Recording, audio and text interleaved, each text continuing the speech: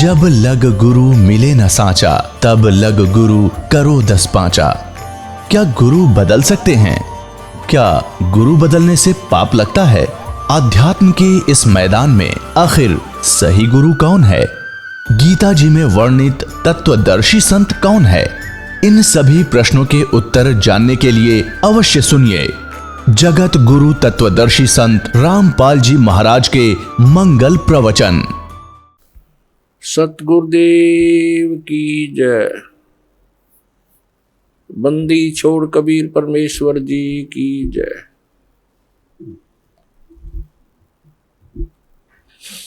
बंदी छोड़ गरीबदास जी महाराज जी की जय। स्वामी रामदेवानंद जी गुरु महाराज जी की जय।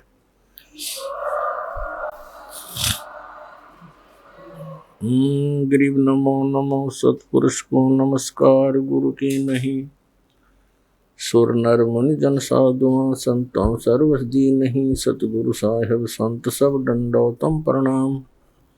आगे पीछे मध हुए तिनको जहाँ कुर्बान। नराकार निर्विषम काल जाल वैभंजनम निर्लेपम निज निर्गुणम अकल अनुबेशुंदुनम। सोहम सुरति समाप्तम सकल समाना निर्तल। उज्ज्वल हीरंबर हरदमम वे परवा अथाह वार पार नहीं मध्यतम। ग्रीब जो सुमर सिद्ध होई गणनायक गद्दाना। करो अनुग्रह सोई पारस पद परवाना। आदि गणेश मनाऊं गणनायक देवन देवा। चरण कमलो लाऊं आदंत करूं सेवा। परम शक्ति संगीतम रिद्धि सिद्धिदाता सोई। अवगत गुण अतीतम सतपुरुष निर्मोही। जगदम्बा जगदीशम मंगल रूप मुरारी। तन मन अर्पों शीसम भक्ति मुक्ति भंडारी। सुर नर मुनि जन ध्यावे ब्रह्मा विष्णु महेशा। शेष शेष मुख गावे पूज्य आदि गणेशा। इंद्र कुबेर सरीखा वरुण धर्म राय ध्यावे। समर्थ जीवन जी का मन इच्छा फल पावे। 33 कोटि अदारा ध्यावे शेष 88। उत्तर बहुजल पारा कट है यम की फांसी। 33 कोटि अदारा जावे शेष 88। उत्तर बहुजल पारा कट है यम की फांसी। सत साहिब कर जोरूं विनती करूं। धरूं चरण पर शीश। गुरु जी राम देवानंद जी महाराज ने दियो नाम बख्शीश। कोटि कोटि सिजदा करूं कोटि कोटि प्रणाम। चरण कमल में राखियो मैं बंदी जाम गुलाम। कुत्ता हूँ गुरुदेव का रामपाल दास का नाम। गले प्रेम की जेवड़ी जाखें तो वहाँ जाऊं।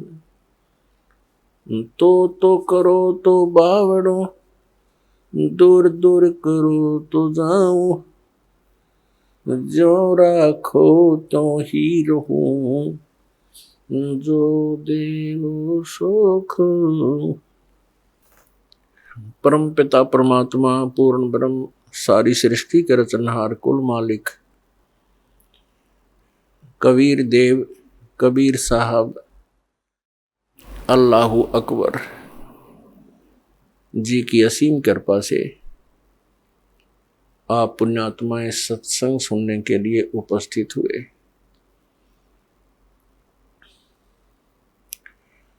सत्संग का उद्देश्य होता है कि इस भूले हुए प्राणी को परमात्मा की याद ताज़ा की जावे। सत्संग के अंदर ज्ञान कराया जाता है कि मनुष्य जीवन किस लिए प्राप्त हुआ, मानव जीवन का मूल उद्देश्य क्या है। तो उसमें याद दिलाया जाता है कि महापुरुषों की वाणी प्रमाण के अंदर ली जाती है और वो अमर वाणी जो परमात्मा स्वयं आकर के यथार्थ ज्ञान हमें सुनाते हैं, जिसको गीता जी अध्याय नंबर 4 के श्लोक 32 में सच्चिदानंद घन ब्रह्म की वाणी कहा है, कबीर वाणी कहा है।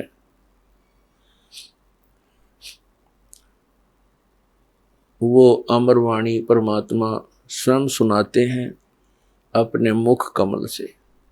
तो इन महापुरुषों की और परमात्मा की उन अमर वाणियों को आधार बनाकर सत्संग सुनाया जाता है और उसके अंदर, सत्संग के अंदर सभी सद्ग्रंथ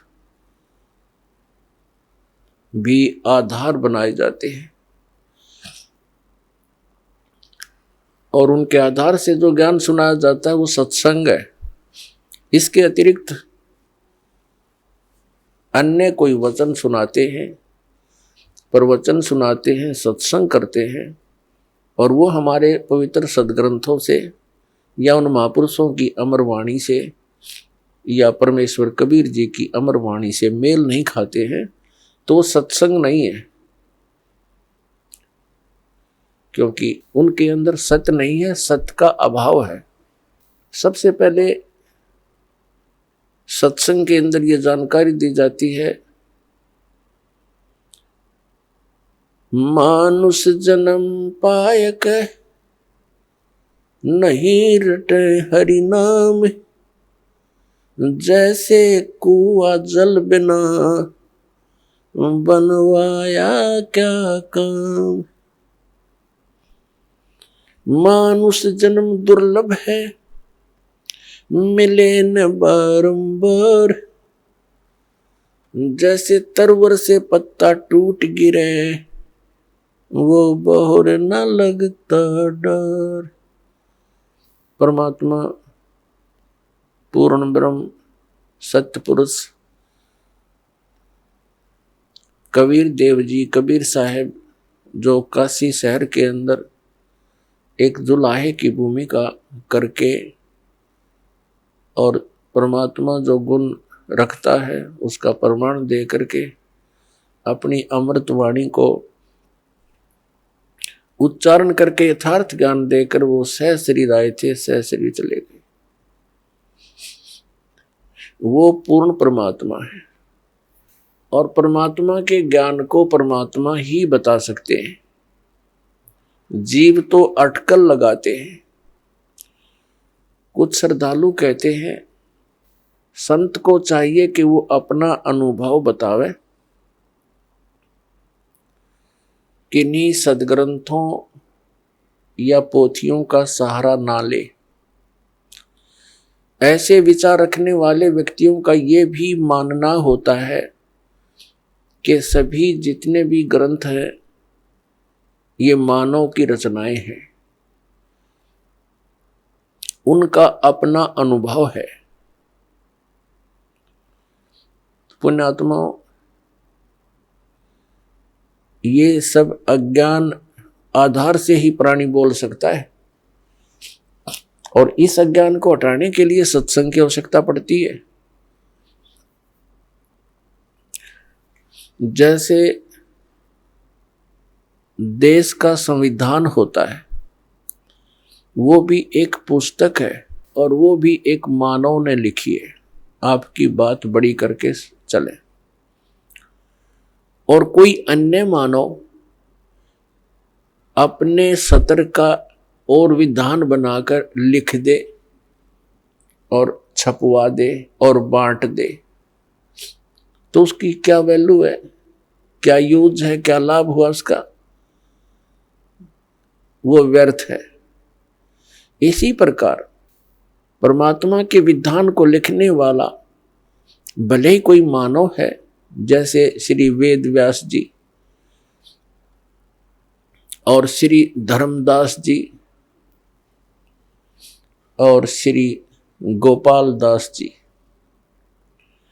लिखने वाले मानव हैं, लेकिन वो संविधान परमात्मा का है, और उस विधान के अनुसार जिसके वचन नहीं है, उस संविधान यानी परमात्मा के विधान ज्ञान अनुसार किसी अन्य व्यक्ति, ऋषि महर्षि या किसी संत मंडलेश्वर महंत की वो पुस्तक परमात्मा के विधान से मेल नहीं खाती है तो व्यर्थ है। दूसरी बात रही कि संत को चाहिए कि वो अपना अनुभव बतावे, पुस्तकों का आधार ना माने। ये भी एक बालक के विचार हो सकते हैं जिसने कभी विद्यालय देखा ही ना हो।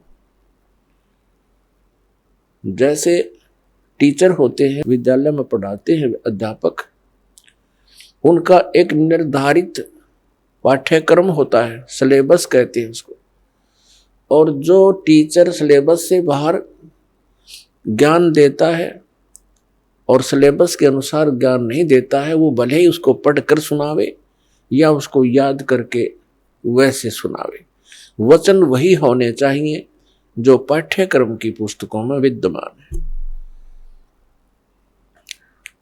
तो वो टीचर ठीक है, हितैषी है, और जो उन पाठ्यक्रम की पुस्तकों से हटकर अपनी कोई अन्य बकवाद सुनाता है तो वो टीचर ठीक नहीं।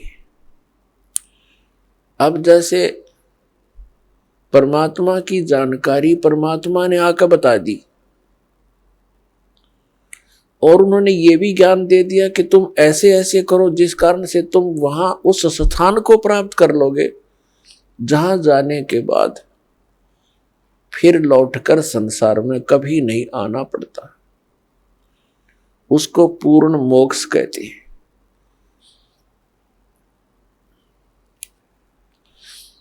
अब कोई कहते हैं कि भगवान के दर्शन हो जाए तो कल्याण हो जाता है। परमात्मा के दर्शन बहुत अच्छी बात है, बड़े पुण्यकर्मी प्राणी को ही हो सकते हैं, लेकिन परमात्मा के दर्शन से कल्याण मोक्ष नहीं होगा।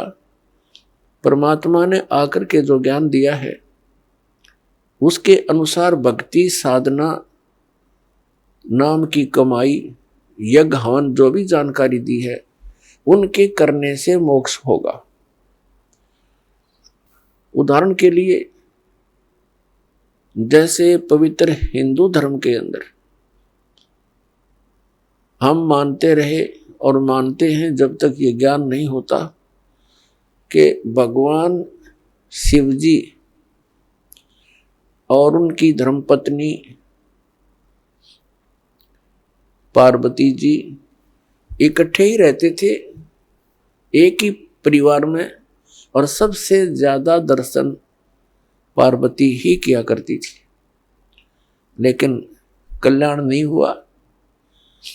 कल्याण हुआ उसका जब उनको भगवान शिव ने वो मंत्र दिया और पार्वती जी ने जाप किया, तब उनका उतना कल्याण हुआ जितना भगवान शंकर जी के द्वारा दिए गए मंत्र से होना है। लेकिन वो कंप्लीट मोक्ष नहीं है। फिर भी जो विषय है उसी से चलते हैं।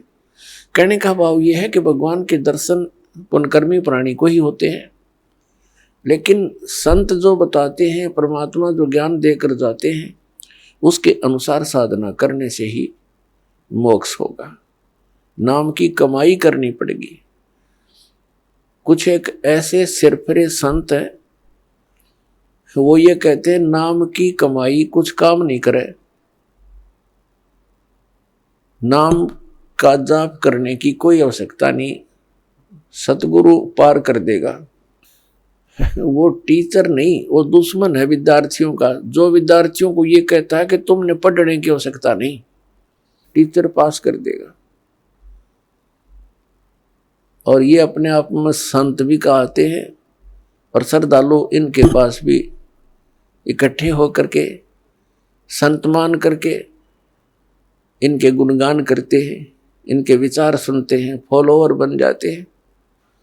इसका कारण क्या है कि हमें बिल्कुल ज्ञान नहीं है अध्यात्म का, और जब तक हमें अध्यात्म ज्ञान नहीं होगा ये संत हमारा ऐसे ही एंडोला बनाए रखेंगे। किसी ने 4 अटपट बातें अलग से कर दी, हमने ऐसा लगेगा कि ये पूर्ण संत है। तो दास का उद्देश्य है कि आप जी को अध्यात्म ज्ञान से इतना परिचित करवा दूं कि आप किसी से भ्रमित ना हो सके।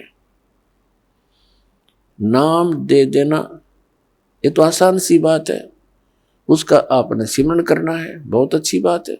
लेकिन बने बनाए काम ने बिगाड़ दिए। कोई सिर फिरा के कि वो संत पूर्ण है, वो ऐसा बताता है, वो ऐसा करता है, तो आप जी उनको इस ज्ञान के आधार से अपने सतर से ही रिजेक्ट कर दो कि नहीं, आप भ्रमित हैं, आप जी को ज्ञान नहीं। तो पुण्यात्माओं, अपना अनुभव बताना अच्छी बात है, लेकिन वो अनुभव उन सदग्रंथों से मेल खाता हो। जैसे एक थ्योरी होती है, जैसे बच्चे प्रैक्टिकल करते हैं लैब में, तो प्रैक्टिकल करने से पहले उनको एक लिखित विधान, उसकी प्रक्रिया दी जाती है। फिर बच्चे उनको पढ़ते हैं कि कौन सी कैसे कैसे करना है, उसको पढ़कर फिर वो प्रैक्टिकल करते हैं। तो ये ज्ञान जो है ये एक थ्योरी है, यानी ये लिखित जानकारी है जो प्रैक्टिकल हम करने जा रहे हैं। जिनकी थ्योरी ही गलत है तो प्रैक्टिकल भी ऑटोमेटिकली गलत होगा। तो हमारे जो सदग्रंथ है ये हमारी थ्योरी है, और परमात्मा के जो साधन उसमें वर्णित है वो करना हमारा प्रैक्टिकल है।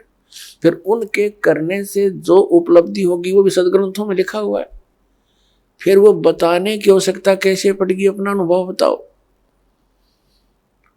तो इस प्रकार ये भ्रमित व्यक्ति कदम कदम पर बैठे हैं, भ्रमित करने वाले। श्रद्धालुओं की कमी नहीं, श्रद्धालु को तो परमात्मा की एक विशेष कसक होती है और वे परमात्मा के लिए भटक रहे हैं। आत्मा जब से मालिक से बिछुड़ी है, इसको उसी समय से उसकी आवश्यकता महसूस हो गई थी। जिस भक्त आत्मा ने सृष्टि रचना सुन रखी है तो उनको ज्ञान है कि पहले तो हम अपनी स्वेच्छा से इस काल भगवान के साथ लग गए और भगवान से विमुख हो गए, और जिसमें ये प्रकृति दुर्गा देवी जी इस काल भगवान के पास छोड़ी गई, उसी समय से इस काल ने हमारे साथ दुर्व्यवहार प्रारंभ कर दिया, और उसी दिन से और आज तक हमें सिवाय परेशानी के कुछ नहीं मिला। तो उसी समय इसको महसूस हो गया था, इस दुर्गा को पुकार की थी, भगवान मुझे बचा ले। अपने पैर पे कुआड़ा मार के हम यहाँ आए हैं और पुकार करते हैं भगवान बचा ले। अभी तक हम उस भगवान से प्रार्थना करते रहे जो हमें दुखी तो कर सकता है, सुखी नहीं कर सकता। वो कौन है? ये ब्रह्म है, ज्योति निरंजन काल है, जिसके लोक में हम यहां रह रहे हैं। और इसके 3 पुत्र हैं, रजगुण श्री ब्रह्मा जी, सतगुण श्री विष्णु जी और तमगुण श्री शिव जी। हम इनसे भी अर्ज करते हैं हमारी रक्षा करो। ये अपनी रक्षा नहीं कर सकते क्योंकि ये सक्षम नहीं है, ये समर्थ नहीं है। ये भी अपने कर्म के दंड को ही भोगते हैं, और इनको इतना ही अधिकार दिया हुआ है कि जो जैसे कर्म करेगा वैसा ही फल तुम दे सकते हो, इससे हटकर आप कुछ नहीं कर सकते। ये केवल हमें अपना किया कर्म ही दे सकते हैं, और ये काल भगवान के अधीन है, ये विवश हैं, और अपने ही ये भाई बहन हैं, इनकी पिछले पुण्य कर्म अधिक है, इनको उच्च पोस्ट प्राप्त मिल गई इस ब्रह्मांड की। लेकिन ये आपके साथी हैं, दुश्मन नहीं, लेकिन ये विवश हैं, इस काल भगवान के संकेत के बगैर ये कुछ नहीं कर सकते, और इनको केवल जैसा कर्म प्राणी करता है वैसा ही फल देने का ही अधिकार है, इसे हट कर नहीं। ना ये किसी को सुखी कर सकते और ना ये किसी को दुखी कर सकते। इनसे हटकर जो और अन्य देवता हैं उनकी तो बात ही छोड़ो। तो कहने का भाव ये है कि जब से हम भगवान से बिछड़े हैं, संकटों को झेल रहे हैं, माँ कष्ट उठा रहे हैं, और ऐसे ही तड़प तड़प कर हम शरीर त्याग जाते हैं, और हम भगवान से पुकारते भी रहते हैं, सुनाई बिल्कुल नहीं होती है, जो कष्ट आना है आ ही जाता है। तो हम किस भगवान से पुकार करते हैं जो सुख दे ही नहीं सकते,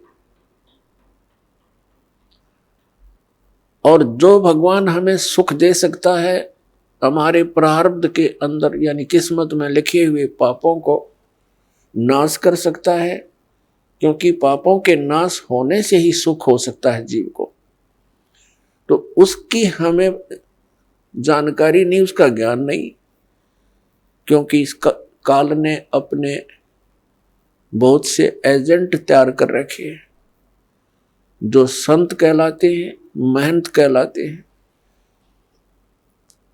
मंडलेश्वर आचार्य और शंकराचार्य कहलाते हैं। इन्होंने पूरे मानव को भ्रमित कर दिया, और साथ में ये काजी और मुल्ला और पीर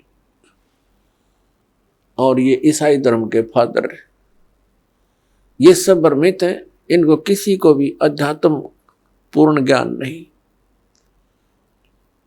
ये सब काल के एजेंट हैं, इस ब्रह्म के ही पुजारी हैं,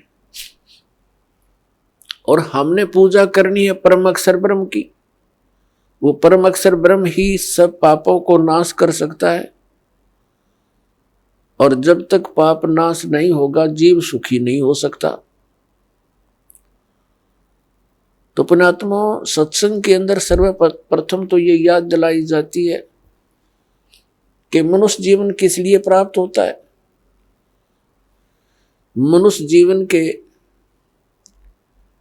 कार्य का वास्तविक ज्ञान हो जाता है कि हमने क्या करना चाहिए, इससे मोक्ष प्राप्ति का प्रयत्न करना चाहिए।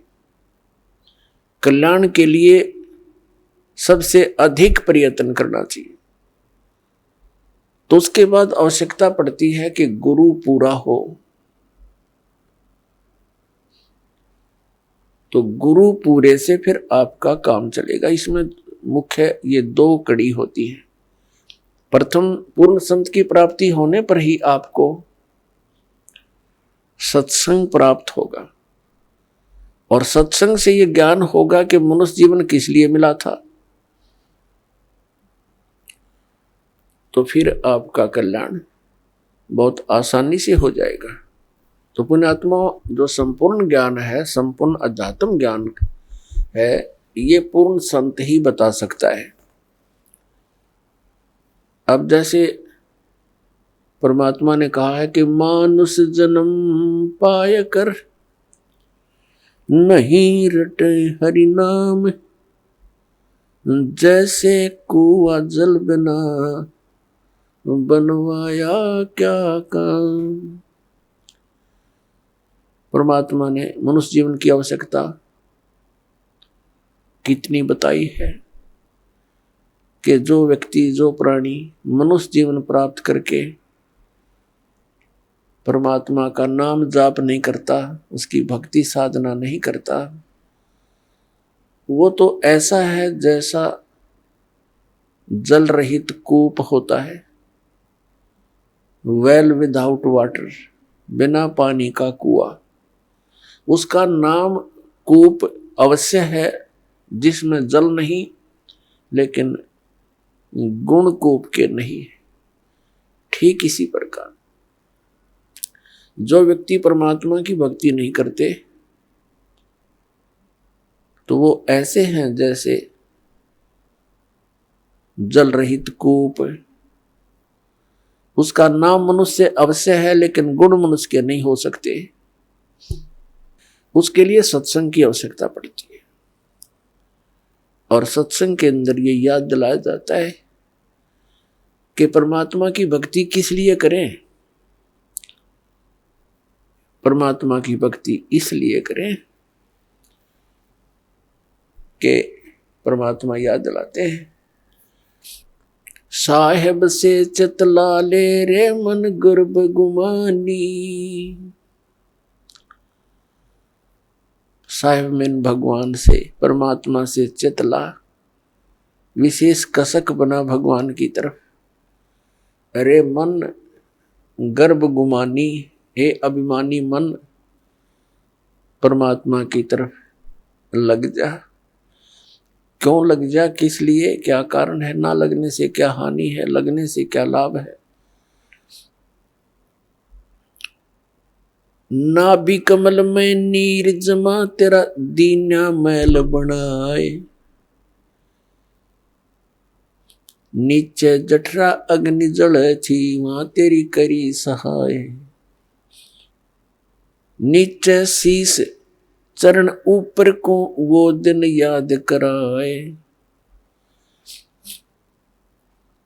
दांत नहीं जब दूध दिया था, अमी महारस खाए। बाहर आया भरम भुलाया, बाजे तोर सनाए। तू ही तो छोड़ दे, अब चला अधम किस राय। दाई आई घुटी प्याई, माता गोद खिलाए।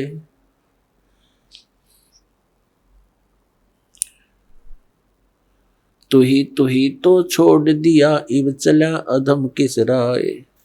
अब क्या बताते हैं परमात्मा कि जब तू मां के गर्भ में था,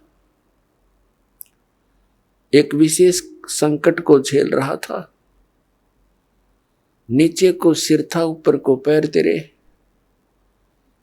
और जब आपत्ति आती है, यह प्राणी परमात्मा को याद अवश्य करता है। मां के गर्भ में इस प्राणी को पूरी चेतना होती है कि मैं किस कारण से इस जेल में फंसा हूं।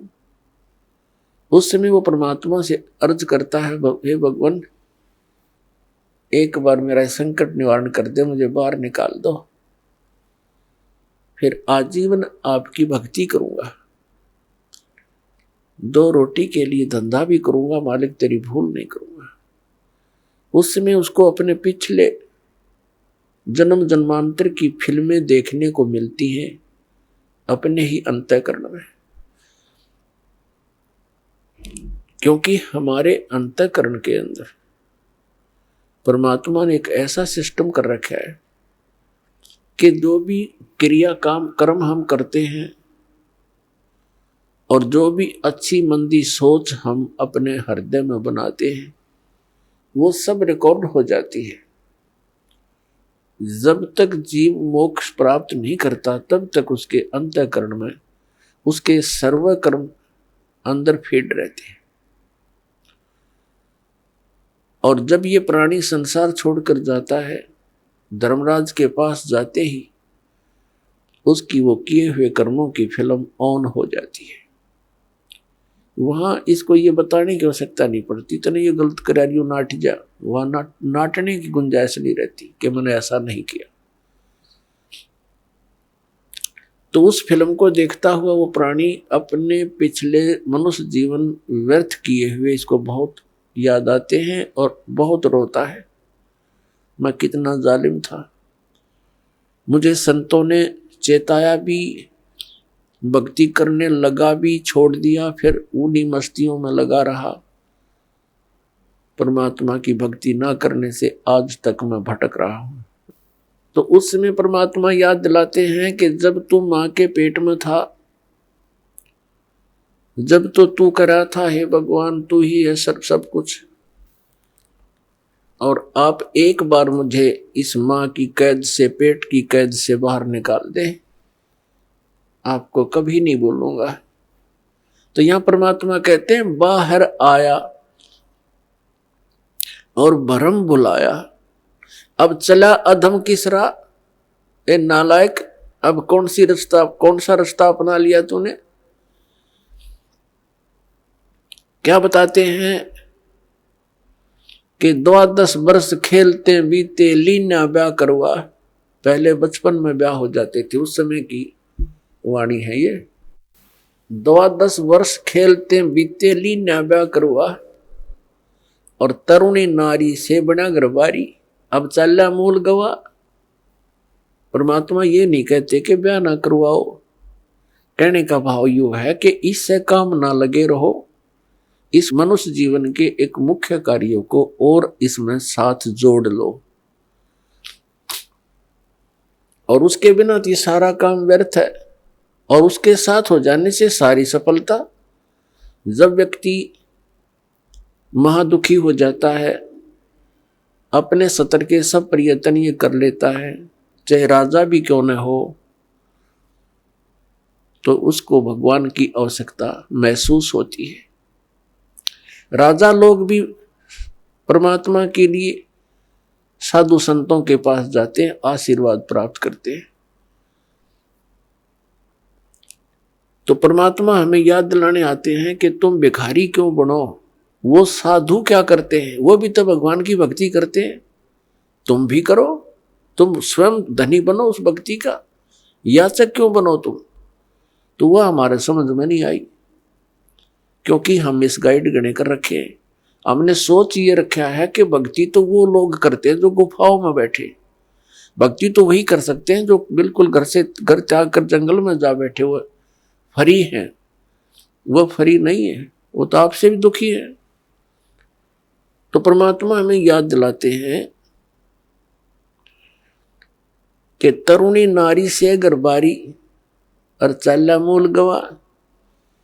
मूल का अर्थ है जो अपने मनुष्य जीवन के श्वास रूपी पूंजी, जो मूल धन तुझे प्राप्त हुआ था। ये मनुष्य जीवन के जितने श्वास हैं ये आपका धन है, ये मूल धन है। और इस मूल धन से हमने आगे व्यापार करना था, सौदा करना था, और इसको दुगना तिगना चौगुना करना था। परमात्मा कहते हैं कि 3 लोक और भवन चतुर्दश सब जग सौदे आही, और दुगने तिगने और किए चौगने और किन्हु मूल गवाही। 3 लोक और भवन चतुर्दश ये सभी अपने सौदे के लिए आए हुए हैं। जैसे कोई व्यक्ति विदेश चला गया या दूसरे शहर में चला गया 2, 4, 10 लाख रुपए लेकर व्यापार करने के वजह से कि उनकी 10 के 20 बनाऊं, अपने नेक नीति से कमाऊं, और वो उन पैसों से ही जाकर के होटल में मौज मस्ती कर रहा है, व्यापार कर नहीं रहा, बिजनेस कर नहीं रहा, तो उस मूल धन को खर्च रहा है, उसको बर्बाद कर रहा है, और एक दिन कंगाल होकर स्वदेश लौट आएगा और किसी के मजदूर लगेगा। और दूसरा व्यक्ति उन 10 लाख रुपयों से सौदा खरीदता है, बेचता है, दुगने तिगने कर रहा है, तो उसने उसका यथार्थ लाभ प्राप्त कर लिया। ठीक इसी प्रकार जो मनुष्य जीवन प्राप्त प्राणी इस पूंजी को खर्च रहे हैं, कोई मंत्री बन गया, कोई प्रधानमंत्री बन गया, कोई जज बन गया, कोई IAS IPS बन गया, कोई फैक्ट्री का मालिक बन गया, ये पिछला धन है आपका। कोई मनुष्य जीवन ही आपको मिला है तो बहुत पुण्यकर्मी प्राणी है, आप धनी है भगवान के धन से। जिसको मनुष्य जीवन प्राप्त है वो मूल धन पूरा लिए हुए है। बाकी उच्च पोस्ट प्राप्त हो जाना, राजा बन जाना, ये उस भक्ति धन का एक एक्स्ट्रा आइटम है। ये केवल दान पुण्य का ही फल है इनका। और मूल पूंजी वो भक्ति वाली वो सबकी मनुष्य जीवन प्राप्त प्राणियों की एक जैसी है, जिनको मनुष्य जीवन मिल गया। चाहे वो रिक्शा चलाता है, चाहे मजदूर है, चाहे सेठ है, और चाहे मंत्री या प्रधानमंत्री है, कोई भी है। भक्ति धन आपका जो है नाम की कमाई वाला धन तो सबका समान है। और रहे पुण्यों का, उन पुण्यों से ये उच्च पोस्ट मिल जाती है। तो कहने का भाव ये है दास का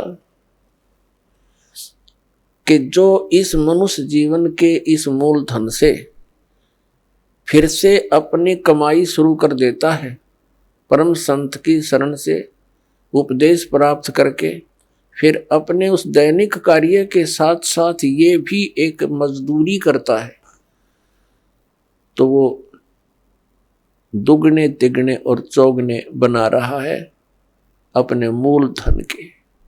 अब परमात्मा ने आकर ये ज्ञान दिया है, और यथार्थ ज्ञान को भगवान ही बता सकते हैं, जीव तो अटकल लगाया करते हैं। आप देखिएगा पवित्र चारों वेदों और श्रीमद् भगवद गीता के अंदर जो ज्ञान है वो गॉड गिवन है, और परमेश्वर कबीर जी की वाणी वो गॉड गिवन है, स्वयं परमेश्वर ने आके बोली है। और उन महापुरुषों की वाणी जो परमात्मा से परिचित हुए, जिनको भगवान आकर सीधे मिले, उनको अपने से परिचित करा के वापस छोड़ा, उनकी वाणी भी गॉड गिवन है, क्योंकि उनका अनुभव आंखों देखा है परमात्मा की उन वाणी से भी मेल खाता है। तो इस प्रकार जो 18 पुराण हैं उनको देखिएगा, वो जीव की सोच है। इन ब्रह्मा विष्णु महेश और अन्य ऋषि महर्षियों का अपना ज्ञान अनुभव है, वो वेदों से बहुत कम मेल खाता है। तो इस प्रकार हमने अन्य के अनुभव को अपने भक्ति मार्ग में सहयोग में नहीं लेना है, आधार नहीं मानना है। इस ज्ञान को सुनने के लिए, ज्ञान को समझने के लिए 18 पुराण हमारे लिए एक विशेष सहयोगी है, लेकिन भक्ति की विधि के लिए इनका सहयोग हमने बिल्कुल नहीं लेना।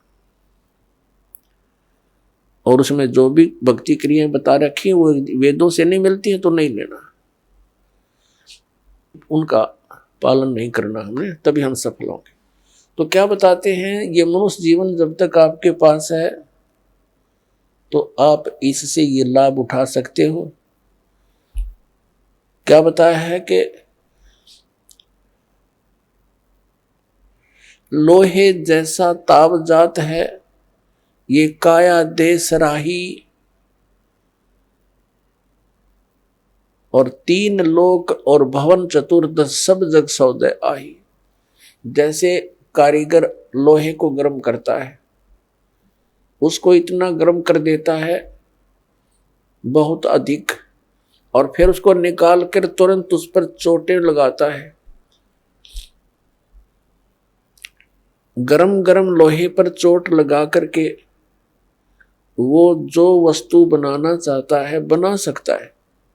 लोहे के जरा से भी ठंडा होने के उपरांत उसके ऊपर चाहे पूरे गणने झाड़ ले, चाहे घन मार ले, उसका कोई लाभ नहीं होगा, वो टेढ़ा मेढ़ा बन जाएगा, वो वस्तु नहीं बनेगी जिसके लिए प्रयत्न किया गया था।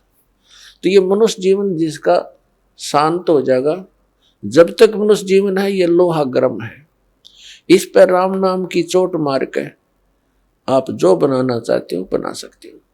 जब ये ठंडा हो जाएगा, मृत्यु हो जाएगी, फिर कुछ नहीं हो, चाहे 5-6 इसके श्राद्ध निकालते रहियो, वो तो ठंडा होने के बाद चोट मारनी है।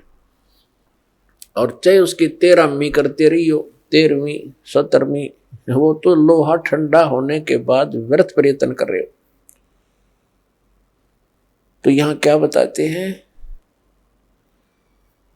3 लोक और भवन चतुर्दश सब जग सौदे आही, दुगने तिगने किए चौगने किन्हु मूल गवाही। किसी ने तो दुगने तिगने चौगने कर लिए मनुष्य जीवन से सतभक्ति करके, और किन्होंने मूल का नाश कर लिया, मूल गंवा दिया, यानी मनुष्य जीवन को यही फू फर करके अन्य क्रियाओं में ही व्यर्थ कर गए, उन्होंने मूल धन का नाश कर दिया। अब भक्ति न करने से क्या हानि होगी, नर से तीतू पशुआ की जय, गद्दा बैल बनाई। ये 56 भोग कहाँ मन मूर्ख, कित कुरडी चरने जाई। पुण्यात्मा, हम मनुष्य जीवन प्राप्त करके उन सभी सुविधाओं को प्राप्त कर लेते हैं जो भगवान मनुष्य जीवन प्राप्त प्राणी को देता है। वो क्यों देता है? इसलिए देता है कि इन सुविधाओं को प्राप्त करके ये भक्ति कर लेगा, अपना कल्याण करा लेगा। जिनको मानव शरीर प्राप्त है वो उनकी ड्रेस अन्य प्राणियों से भिन्न है। ड्रेस मीन आपका ये शरीर, ये बॉडी, ये ड्रेस है, एक पोशाक है आपकी, ये स्टूडेंट की है। और जो स्टूडेंट, जो विद्यार्थी अपना उद्देश्य को पूरा ना करके, पढ़ाई ना करके सिनेमा देखता है, गेम देखता है, बाहर बकवाद करता है, तो फिर क्या होगा? वो अपना जीवन नाश कर रहा है, वो अपने उद्देश्य से भटक चुका है। और फिर क्या बनेगा? वो मजदूर लगेगा और कहीं मिट्टी ढोएगा, रिक्शा चलाएगा, पल्लेदारी करेगा। जिस उद्देश्य से वो विद्यालय में गया था उससे चूक गया, वो लाभ प्राप्त नहीं कर सका। ठीक इसी प्रकार आप जी,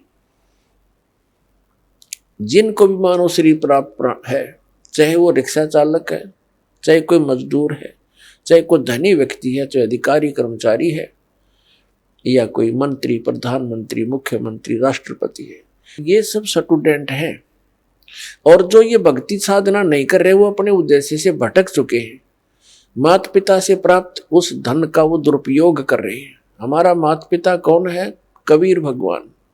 उसने हमें ये पूंजी दे करके आपको फ्री कर रखा है। जैसे बच्चे को माता पिता 15-16 वर्ष तक बिल्कुल फ्री कर देते हैं, बढ़िया कपड़े देते हैं, बढ़िया खाना देते हैं, कोई काम भी नहीं लेते हैं, पैसे भी खूब खर्च करते हैं, तुम किसी प्रकार अपना उद्धार करवाओ, अपनी शिक्षा पूरी कर लो। तो पुण्यात्मा, परमात्मा ने आपको वो धन देकर यहाँ एक विशेष ड्रेस पर रखी है। इसमें विशेष सुविधाएं हैं जिससे आप भक्ति कर सकते हो। बच्चे को इसलिए सुविधा दी जाती है, विद्यार्थी को, कि उन इन सुविधाओं को प्राप्त करके ही वो अपनी भक्ति, वो पढ़ाई कर सकता है, तभी सफल हो सकता है। तो आप जी को परमात्मा ने ऐसी सुविधाएं दी हैं, खाने के लिए सुंदर अन्न, फल, आहार, काजू किस्म, सेब, संतरे, दूध, दही और सद्बुद्धि दे रखी। मकान झोपड़ी गालो, प्राकृतिक आपदाओं से बचने के लिए भूख लगे जब भोजन खा लो, प्यास लगे जब जल पी लो, सब उपलब्ध है। उसके साधन बता दिए, जल ऐसे मिलता है। और फिर करना क्या था? बस बच्चे पैदा करो, इनको ब्याहो, इनको बस पाल पोस दो, फिर मर जाओ। क्या यही काम था इसका? ये तो पशु पक्षी भी कर रहे हैं। इसके साथ साथ एक अनिवार्य कार्य था जिसका हमें पता चलकर भी हम इस पर नहीं चल सके, क्योंकि संत साधु जन जितने हैं वो बताते हैं, समझाते भी हैं, लेकिन उनके वचन में शक्ति नहीं, उनके पास वो पावर नहीं, उनके पास वो भक्ति मंत्र नहीं जिसे प्राप्त करके प्राणी फिर आगे इस मार्ग को आगे चल सके। जिस कारण से अब मानो नास्तिकता की ओर बढ़ रहा है। तो मनुष्य जीवन आपको प्राप्त हुआ, इसकी उपलब्धि ना करने से, भक्ति ना करने से फिर क्या होगा? नर से तीतू पशुआ की जय, गद्दा बैल बनाई। ये 56 भोग कहाँ मन बोरे, कहीं कुरडी चरने जाई। पुण्यात्मा, जब तक हम सत्संग नहीं सुनते तब तक हमारे ऊपर इस काल के माया व रूपी भांग का घना नशा होता है। कबीर साहब कहते हैं, कबीर ये माया अटपटी, सब गट आण अड़ी, और किस किस ने समझाऊं या कुएं भांग पड़ी। जिस संसार में हम रह रहे हैं यहाँ प्रत्येक व्यक्ति के एक ही विचार हैं और एक जैसे ही उसकी गाइडलाइन होती है अपने बच्चों को, कि भाई अपना बच्चे को शिक्षा के लिए भेजते हैं तो भी उद्देश्य यही बताते हैं कि तेरा रोजगार ठीक हो जाएगा, यानी जो भी ट्रेनिंग हमें मिलती है, रोजी रोटी और कपड़ा और कोठी इनके बनाने की ही मिलती है। तो उस समाज में रह करके आप अपना उद्देश्य भूल चुके हो। सत्संग में आने से कुछ समय आपको भगवान देता है, निश्चिंत होकर सत्संग सुनते हो और बहन भाइयों से मिलते हो, उनसे भी आपको फिर धीरे धीरे ये ज्ञान सुनने को मिलता है, तो आपकी रुचि बन जाती है। तो परमात्मा क्या बताते हैं कि आप मनुष्य जीवन प्राप्त हो, आपको कितनी सुविधा प्राप्त है। जब भूख लगती है खाना खा लेते हो, प्यास लगती है पानी पी लेते हो, गर्मी सर्दी से बचने के लिए मकान बना लिए। ये वैसे मकानों की आवश्यकता हमने इतनी चाहिए थी कि आवश्यकता से अधिक ना बनाए इनको। ये हमारा भक्ति बाधक है। जो भक्ति करना चाहते हैं, मोक्ष कराना चाहते हैं, तो उनको इन सब नियमों को फॉलो करना पड़ेगा जो बताए जाते हैं, क्योंकि वो भक्ति में बाधक है। और जो भक्ति बाधक है आप उनको भी साथ लेकर चल रहे हो, तो आप ऐसा कर रहे हो जैसे किसी पशु के गल में लठ बांध दिया करते था मोटा रस्से में गाल के। अब वो चल नहीं सकता उस स्पीड से जैसे उसे चलना चाहिए, चला गट्टियां पर लग गए। तो आप जी इन मर्यादाओं को पालन ना करके और भक्ति रूपी मार्ग पर चलने की चेष्टा करोगे, आप नहीं सफल हो सकते। तो इसलिए हमने ज्ञान के आधार से इन बुराइयों को, इन कुरीतियों को और सांसारिक परंपराओं को भी त्यागना पड़ेगा, तब हम इसमें सफल होंगे। फिर अपनी बड़ी स्पीड से चलेंगे। जैसे मकान बना लिया, ठीक है, आजकल परमात्मा ने दया कर रखी है, बढ़िया सुविधा आपको प्राप्त है, मकान बना लो, जैसा आवश्यक हो उतना ही, केवल उसी के लिए कि बढ़िया कोठी बनाऊं, लोगों का प्रशंसक बन जाऊं। ये हमारी अपनी सोच होती है, अध्यात्म मार्ग नहीं है। तो मकान बनाओ जितना आवश्यक हो और जितनी आपकी जेब अलाउड करती हो, आवश्यकता से अधिक खर्च मत करो। हमारे पूर्वज आपने देखे होंगे, हमने तो खूब याद है, झोंपड़ियों में टाइम पास करके कई कई पीढ़ी, उनका तो इतना काम है, एक चारपाई डालनी आपने, चाहे 10 कमरों का मकान है आपका, एक कमरे में एक कोने में 3.5 बाई 7 फुट की जगह चाहिए आपने। घुटने तो घुड़िया तो मोकली है। कबीर साहब तक कहते हैं घर तो 3.5 हाथ और गढ़ा तो 4.25 है। कहे कबीर अधिका कहे उसको नहीं विचार। ये मनुष्य की जो शरीर है 3.5 हाथ का होता है। परमात्मा कहते हैं आपने घर 3.5 हाथ की आवश्यकता है, घना बनाओ तो 4.25। अरे से फालतू बनावा है तो मूर्खता है तेरी। फिर भी परमात्मा का कहने का तात्पर्य है कि आवश्यकता से अधिक कोई भी वस्तु आप संग्रह करते हो, आपकी भक्ति का बाधक बनेगा, क्योंकि समय वेस्ट व्यर्थ जाएगा। कोठी बना ली, 1-2 लाख अपने पास से लगा लिए, 3 लाख कर्जा कर लिया। अब जब तो कर्जा ले लिया, ऋण ले लिया, पता नहीं चला, 1 महीने के बाद मांगने वाला आने लग जाएंगे। चैन गई, रात न नींद आवा नहीं, और भक्ति का भी नाश। वह को ठीक है काम आई आपके। तो इस प्रकार हमने भक्ति मार्ग में जो बाधाएं हैं उनको त्यागना पड़ेगा। अब क्या बताते हैं, परमात्मा ने हमें कितनी सद्बुद्धि दे रखी है, और ये भक्ति ना करने से इन कोठी बंगले बनाने में और धन बढ़ाने में अपना जीवन व्यर्थ कर जाएंगे, तो फिर क्या होगा। नर से तू पशुआ कीजिए, नर से फिर तू पशु बनेगा। नर से तू पशुआ कीजिए, गद्दा बैल बनाई, अरे ये सुंदर भोजन का मन बोरे कि तो कुर्डी सरने जाई। ओए होए।